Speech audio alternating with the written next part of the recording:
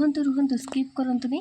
तो आपण मैंने कौन फुल समय सन्ध्या दीप जालुंट कि आपण घरे आपण घर को भूत प्रेत कि भगवान जगुंट कि आपण मैंने जो कलश बसाऊँ मुख्य द्वार ताको कौन राति घर को नहीं आमती एमती बहुत गुड़े कथा आज मो शास्त्र प्रमाण सहित कहबी ठीक नियम कौन।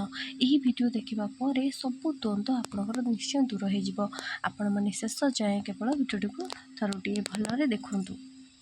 सन्ध्या देवा आगु बासी फूल बाहर करने उचित कि नुह। सन्ध्या देवा आगु बासी फूल बाहर करना उचित कहीं सकाल पूजा होता फूल सन्ध्या बेलू ता शक्ति हर बसी थाए। प्रथमे बासी फूल बाहर करके सन्ध्या देवा उचित। शास्त्र कहे सन्ध्या समय माने सूर्य अस्त होबार समय। सन्ध्या समय घर को देवी देवता आगमन करिथांती। विशेषकर माँ लक्ष्मी सन्ध्या समय समस्त घर को ही आसी थांती। तो बासी फूल माने अलक्ष्मी नकारात्मक शक्ति ये सब तो घरे जदि आपण मैंने बासी फूल रखिए आ सन्ध्या पूर्व बासी फूल को बाहर करेंगे ना ताहले घरे अलक्ष्मी रहिबे नकारात्मक शक्ति रहिबे।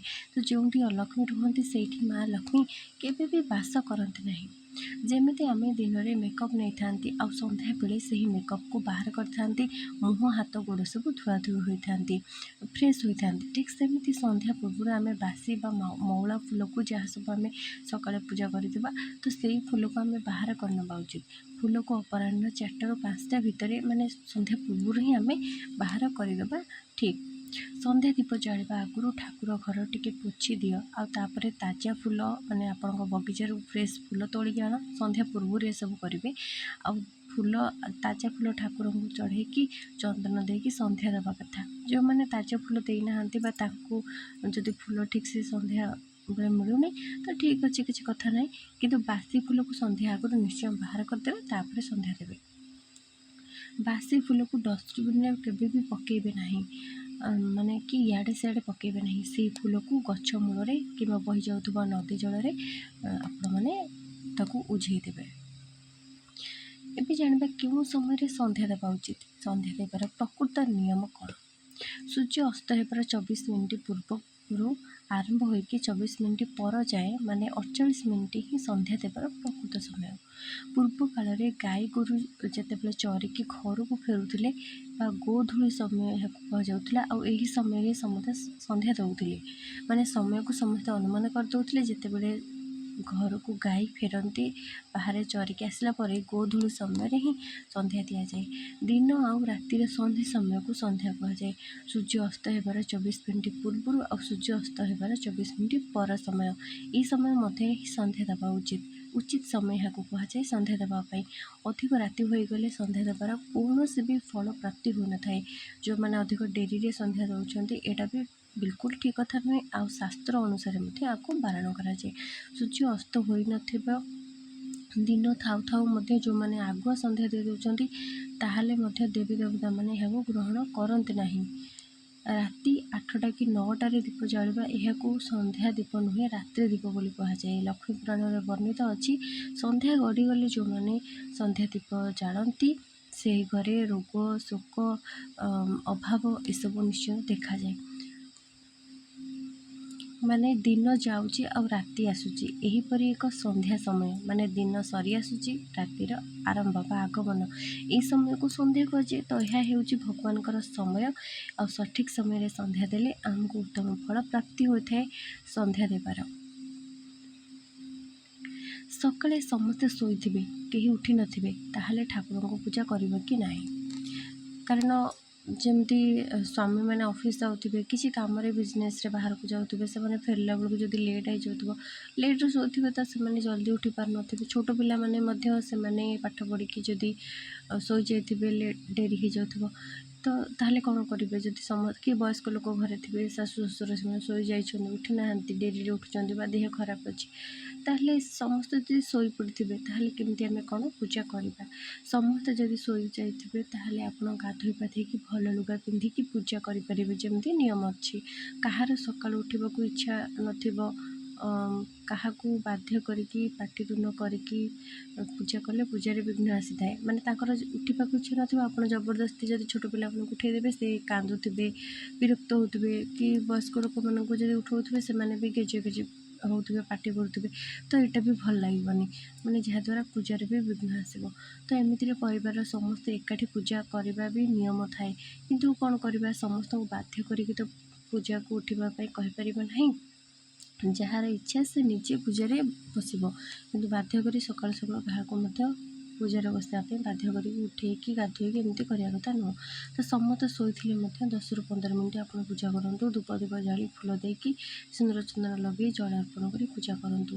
କର୍ପୂର ଲଗାଇକି 108 ଥର ମନ୍ତ୍ର ଜପ କରନ୍ତୁ, କିମ୍ବା ଓମ୍ ନମ ଶିବାୟ ହଉ ବା ଓମ୍ ନମୋ ଭଗବତେ ବାସୁଦେବା, ଏହି ମନ୍ତ୍ରକୁ ମଧ୍ୟ ଆପଣମାନେ 108 ଥର ଜପ କରିପାରିବେ, କିମ୍ବା ଠାକୁରଙ୍କର କିଛି ନାମ ମଧ୍ୟ 108 ଥର ଜପ ଆପଣମାନେ କରନ୍ତୁ। ଏମିତି କରି ପୂଜା କରନ୍ତୁ, କାରଣ ବ୍ରହ୍ମ ମୁହୂର୍ତ୍ତରେ ହିଁ ଠାକୁରଙ୍କ ପୂଜା କରିବାର ନିୟମ ଥାଏ।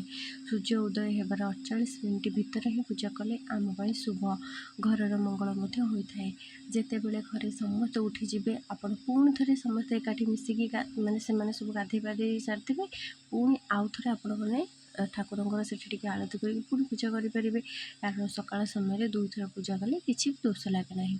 ତେଣୁ ଘରେ ସମସ୍ତେ ଶୋଇଥିଲେ ମଧ୍ୟ ଆପଣ ଭକ୍ତିରେ ଏକୁଟିଆ ଥରେ ଠାକୁରଙ୍କର ସକାଳୁ କମ୍ ସମୟ ହେଲେ ବି ଟିକେ ପୂଜା କରିଦିଅନ୍ତୁ, ତାପରେ ସମସ୍ତେ ଉଠିଲା ପରେ ଆଉ ଥରେ ମଧ୍ୟ ପୂଜା କରନ୍ତୁ, କିଛି ଅସୁବିଧା ହେବ ନାହିଁ। ଏହା କଲେ ଆପଣଙ୍କ ମା ଲକ୍ଷ୍ମୀଙ୍କର କୃପା ମିଳିଥାଏ।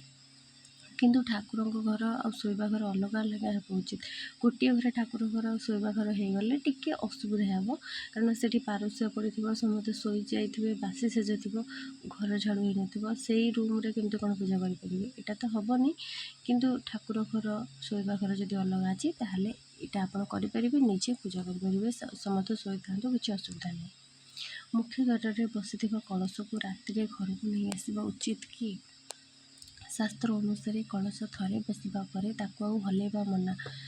ତ ମୁଖ୍ୟ ଦ୍ୱାରରେ କଳସ ବସାଇବା ମାନେ ଦେବୀ ଦେବତାଙ୍କୁ ସ୍ଥାପନା କରିବା, ଆବାହନ କରିବା, ମାନେ ଏହାକୁ ମଙ୍ଗଳ କଳସ କୁହାଯାଏ। ରାତିରେ ନକାରାତ୍ମକ ଶକ୍ତି, ଅଲକ୍ଷ୍ମୀ ସବୁଠୁ ବେଶୀ ବୁଲିଥାନ୍ତି, ତ କଳସ ବାହାର କରିକି ନେଲେ ସୁରକ୍ଷା କବଚ ହଟିଯାଏ। ଏହାଦ୍ୱାରା ଘରକୁ ନକାରାତ୍ମକ ଶକ୍ତି ପ୍ରବେଶ କରେ। ତା ସହିତ କଳସ ବସାଇବା ବେଳେ ଆମେ ମନ୍ତ୍ର ପଢ଼ିକି ଦେବତାଙ୍କୁ ଆବାହନ କରିଥାଉ। ପ୍ରତ୍ୟେକ ଦିନ କଳସକୁ ରାତିରେ ଆଣିକି ଆମେ ଯଦି ଘରକୁ ନେଇ ଆସିବା, ତାହେଲେ ସବୁ ଏନର୍ଜି ମଧ୍ୟ ତା'ର ଭଙ୍ଗ ହୋଇଯାଏ, କଳସ ଅପବିତ୍ର ମଧ୍ୟ ହୋଇଯାଏ। ଅନେକ ଲୋକ ଭୟରେ ଡରରେ କାଳେ ଚୋରି ହେଇଯିବ କଳସ, ଏହାକୁ ଭାବିକି କଳସକୁ ଭିତରକୁ ନେଇ ଆସନ୍ତି, ଘରକୁ ନେଇଯାଆନ୍ତି, କିନ୍ତୁ ଯେଉଁ ଦ୍ୱାରରେ କଳସ ସବୁବେଳେ ଥାଏ, ସେହି ଘରକୁ ଚୋର ମଧ୍ୟ ଛୁଇଁପାରେ ନାହିଁ। କଳସ ନିଜେ ଘରକୁ ରକ୍ଷା କରେ। ତେଣୁ ରାତିରେ କଳସ ଉଠାଇବା, ଘରକୁ ଆଣିବା ବିଲକୁଲ ବି ଉଚିତ ନୁହଁ।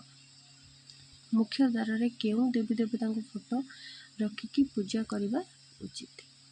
ମୁଖ୍ୟ ଦ୍ୱାରରେ ଠିକ୍ ଦେବୀ ଦେବତାଙ୍କୁ ବସେଇଲେ ଘରକୁ ଦାରିଦ୍ର୍ୟ, ନକାରାତ୍ମକ ଶକ୍ତି, ଅନ୍ୟର ନଜର ଏସବୁ କେବେ ବସିପାରିବ ନାହିଁ। ମୁଖ୍ୟ ଦ୍ୱାରରେ ପଞ୍ଚମୁଖୀ ହନୁମାନଙ୍କ ଫଟୋ ରହିବା ଆବଶ୍ୟକ। ଘରକୁ ବାରମ୍ବାର ବିପଦ ଆସୁଥିଲେ ପଞ୍ଚମୁଖୀ ହନୁମାନ ସବୁଠାରୁ ଶକ୍ତିଶାଳୀ। ଶନି, ରାହୁ, ମଙ୍ଗଳ ଦୋଷ କାଟିଥାନ୍ତି। ହନୁମାନଙ୍କ ଫଟୋ ଘର ବାହାରେ ଉପରକୁ ରହିବା ଉଚିତ। ଭୂତ ପ୍ରେତ ନଜରରୁ ମଧ୍ୟ ସେହି ଘର ଦୂରରେ ରହିଥାଏ।